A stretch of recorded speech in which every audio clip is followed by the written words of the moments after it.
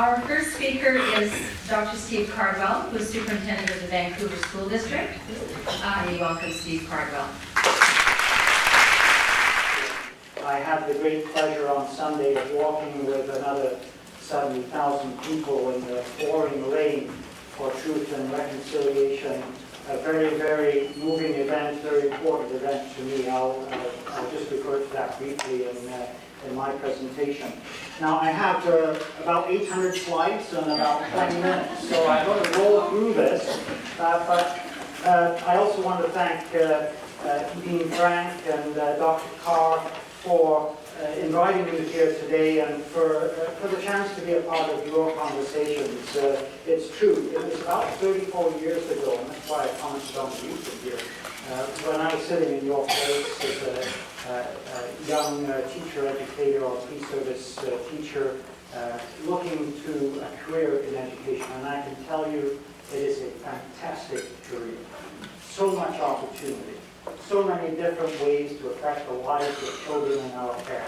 And that's why you're here, and that's why I'm here on the stage to carry that message forward.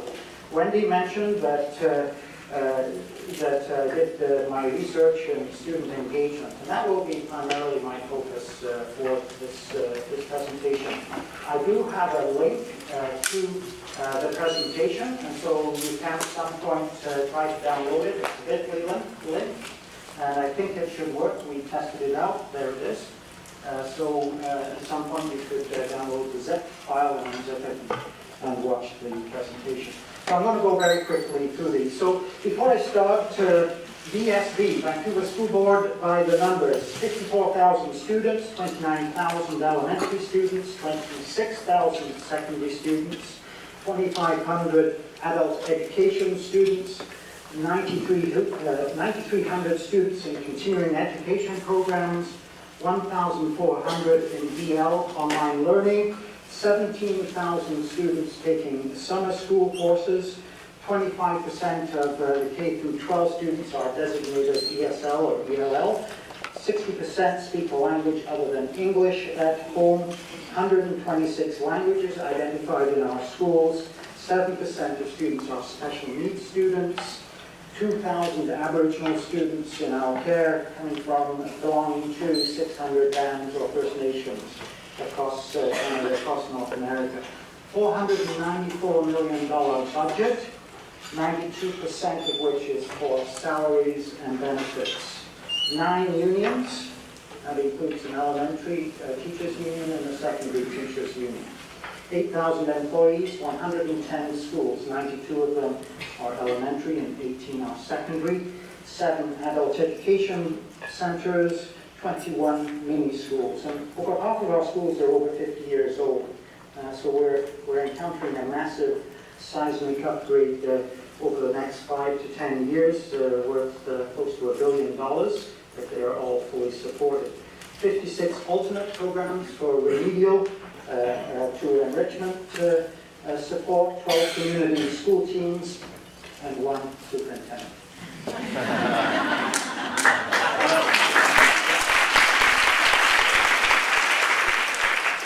Someone asked me how tall I was, and I said on good days I'm 6 feet, but you know, when the weight of the world is there, sometimes I'm 5'8". That's Vancouver. Now into the presentation, inspiring educators, and to me this is an inspiring term. Of course, inspiring educators at UBC and with VSB, and I know with Delta and Westbound as well. I have a Twitter feed, my Phronesis, and if you test to look up Phronesis, that might give you a sense of where I get my understandings. So, you ask what kind of schools do we want? What kind of students do we want? And what matters in the school? We're in a period of change. We've been 100 years or more in British Columbia, the system in stasis, and we're moving to what I term system redesign. And this is in all aspects of schooling, and you are experiencing this. It's a wonderful time to be in education. we're moving towards system transformation, a key term. And in that process, we need to understand the facts. We need to know what does this mean, is this important for us, for society, and what are our actions to achieve this transformation. Vancouver School Board prides itself on choice, supporting diversity and difference. Here, every year, I've been a part of the Pride Parade as part of the VSB, a terrific event. And just on Sunday, as I indicated, also a part of the Walk for Truth and Reconciliation. And then when we consider teachers, the importance of teachers being second to none, the reason for student success, every aspect of life. Two researchers, two educators, world-renowned, Andy Hargraves and Michael Fullen, adapted Nelson Mandela's speech, and highly appropriate in the context we live, and talked about the value of teachers. Make a difference in the lives of every child in our country. So the Vancouver School Board has a vision and has a number of goals. Our vision: engaged learners, inclusive schools, as I've just indicated, caring communities, and 4 goals. Students are fully engaged in learning, all students are included and have the opportunity to succeed, and our community is very important for us. The partnerships that we have with our communities are key to how we achieve success, and our school district is efficient, effective, and sustainable. And I've highlighted students are fully engaged in learning. This is, as I said, a key aspect. I turned these around into questions. Do we have engaged learners, inclusive schools, and caring communities? And are all of our students fully engaged in their learning? And I think, in some ways, not. Our board has way too many priorities and directions. I've organized them into various categories.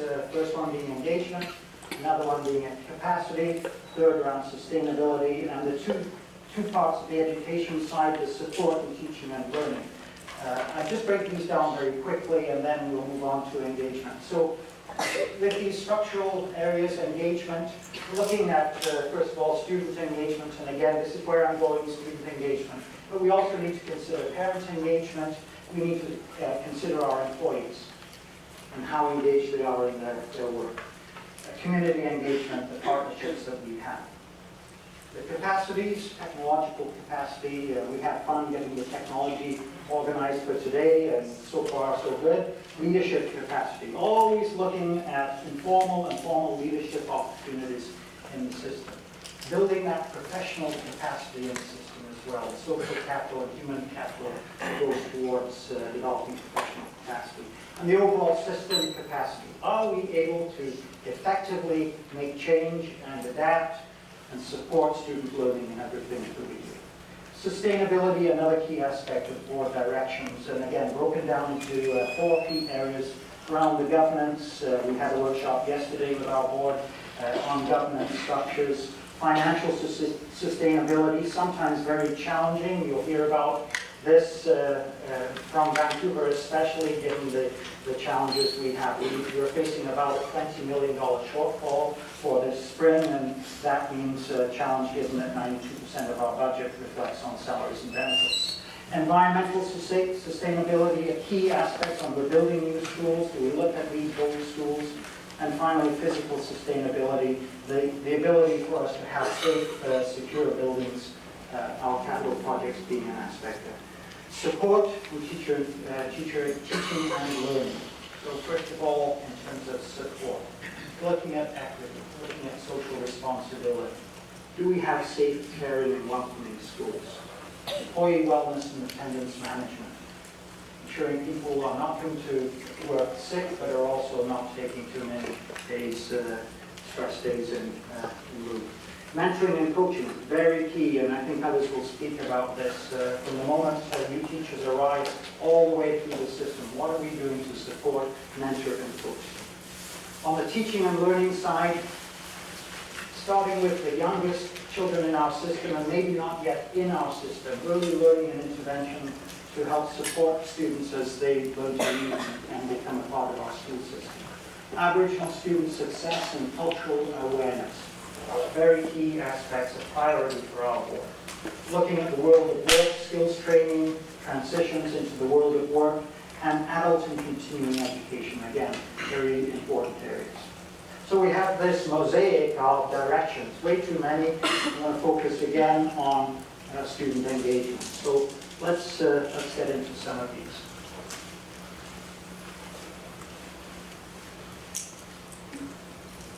So what is school?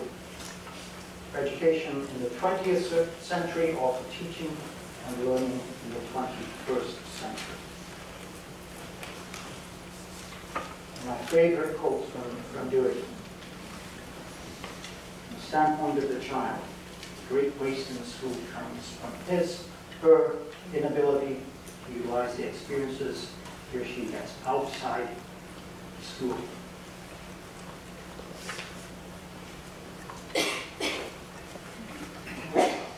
When I asked students to give me a sense of school today, you can see these words just in a word. There were about 1,100 respondents to this little survey. And you can pick out some good, but there are also a lot of words in here, the small words reflecting the painful, dragged out, anti-technology world. It's not all bad food, but that's the sense we get. And schools for tomorrow. Exciting, entertaining, interesting. Not sure about entertaining, but interactive, fun. This is good. What is current? What are we facing in our system? Well, so many different impacts on our lives today, especially because of technology. So you'll see meet your teacher, and it's a laptop. You'll see questions about global classrooms, or no more cookie cutter high schools. Staying in school, sensible thing to do. There was one in here, I want a time for school year to shed the farm-based schedule, those long summers. So we've got a lot to consider. We also have the world of social media, and it is incredible. I have trouble staying up with all of the change in the social media world. I have a Twitter account. I have Facebook for my family. I'm on Pinterest. I'm on Tumblr. I'm on a number of other. But it just goes on and on and on. And how do you deal with all of this? Unlike my colleagues, I don't have a blog. I have a vlog, a video log of my visits out to schools. And so I take a little video camera with me and post those videos. It's cheating in some way because it takes so long to write excellent blogs, as my colleagues do. But on the other hand, it gives the story and the authentic experience of mostly children, students in our school systems. That's the blog. So,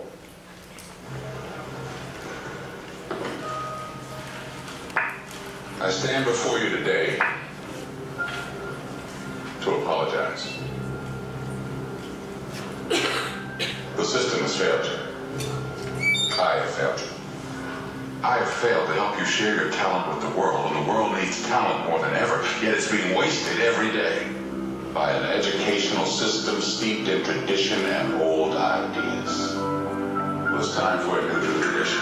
It's time to realize talent isn't just in schools like this one, it's everywhere. It's time to use technology to rewrite the rules of education. To learn how you learn so we can teach you better. It's time university adapted to you rather than you adapting to it. It's time for a different kind of university.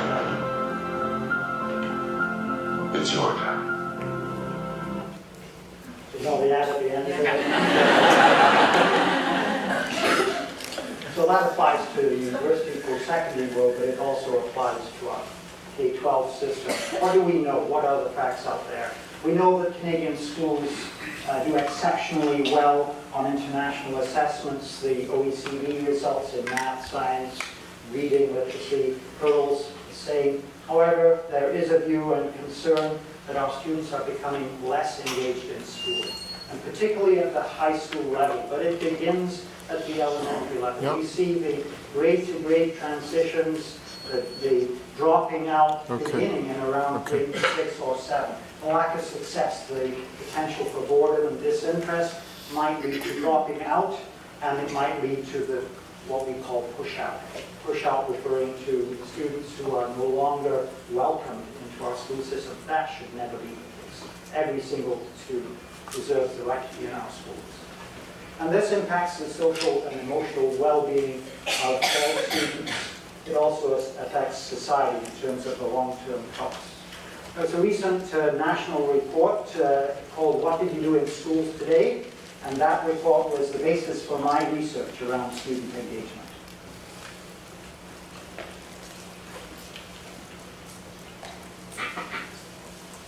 Student engagement. When are students engaged? What does that mean? It's the extent to which students identify with and value schooling outcomes. They have a sense of belonging at school. They participate in academic and non-academic activities.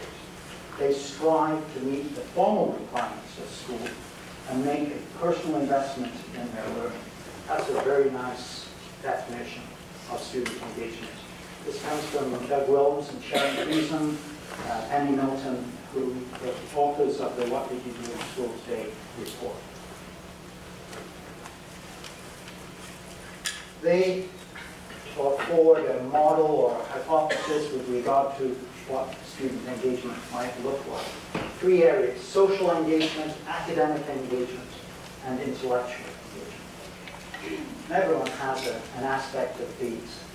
So social engagement is that participation, that fun part of school, your friends, being there for teams, being involved in drama.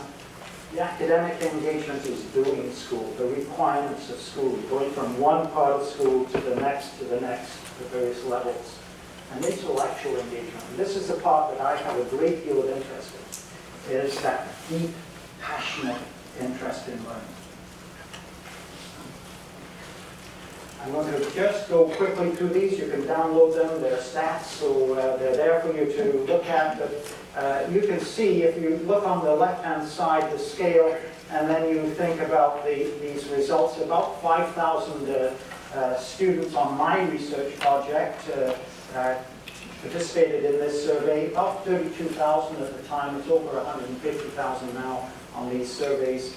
Looking at, across Canada, various aspects of engagement. And here, in terms of the social engagement, participation in extracurricular activities as part of schooling, you see it's not very high. It varies from grade to grade, and you might expect it to dip a little bit as students become serious about their schooling. So I'm getting the 2-minute mark, and I'm going to be moving very quickly through the rest of my slides, right? Before I get the big one. So Wendy is warned. There is actually a big metal hook outside there. So I'm going to just escape from this, and let's find Sharon, maybe, if she's here, to help me do that, because I don't want to wreck this. And you remember that last slide? Or second to last slide. Let's go down. Yeah, okay. Okay, so we'll stop. We'll just stop there. Yeah, let's stop there. So, 6 areas to consider for changing our system. We get students engaged in school. How do we do that? We consider what we're doing in the classroom and outside the classroom with respect to teaching and learning.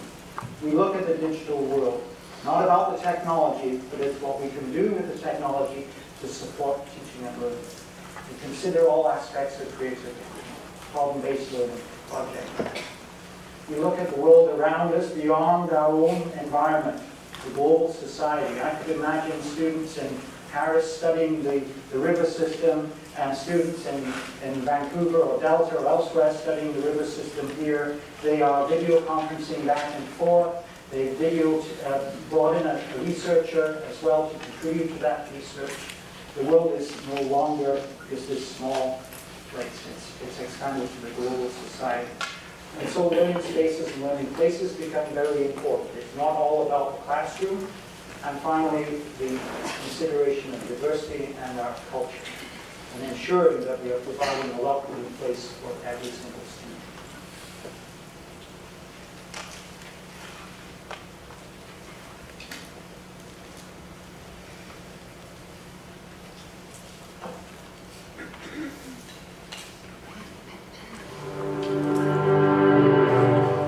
Here's to the crazy ones, the misfits, the rebels, the troublemakers, the round pegs in the square holes, the ones who see things differently. They're not fond of rules, and they have no respect for the status quo. You can quote them, disagree with them, glorify or vilify them, but the only thing you can't do is ignore them. Because they change things. They push the human race forward. And while some may see them as crazy ones, we see genius. Because the people who are crazy enough to think they can change the world are the ones who do.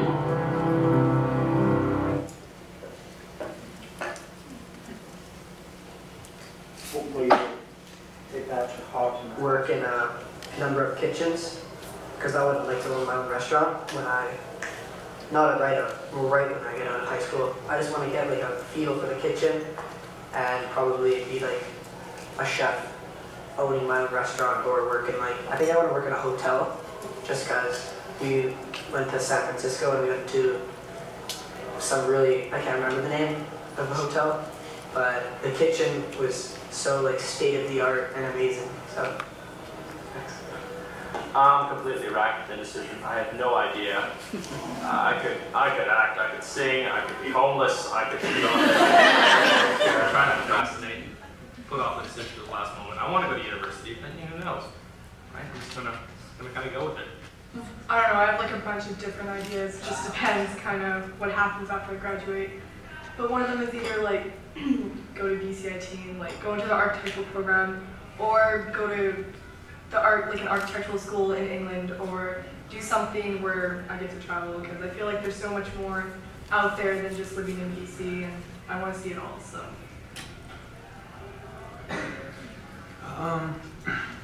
I don't exactly want to go to school for school.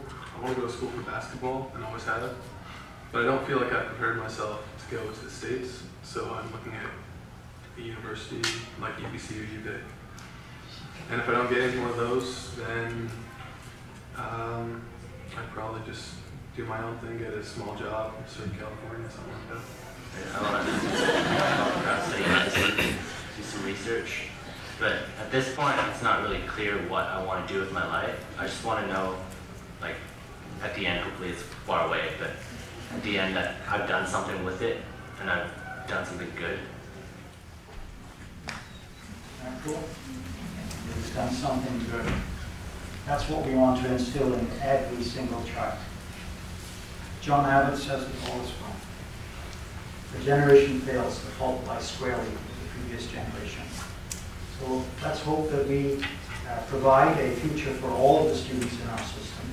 And I know that the people in this room, we will achieve that. So, thank you. And the clips and the information is there in terms of the, can you find it here? We'll link this to the YTE site. Yeah. All right, great, thank you.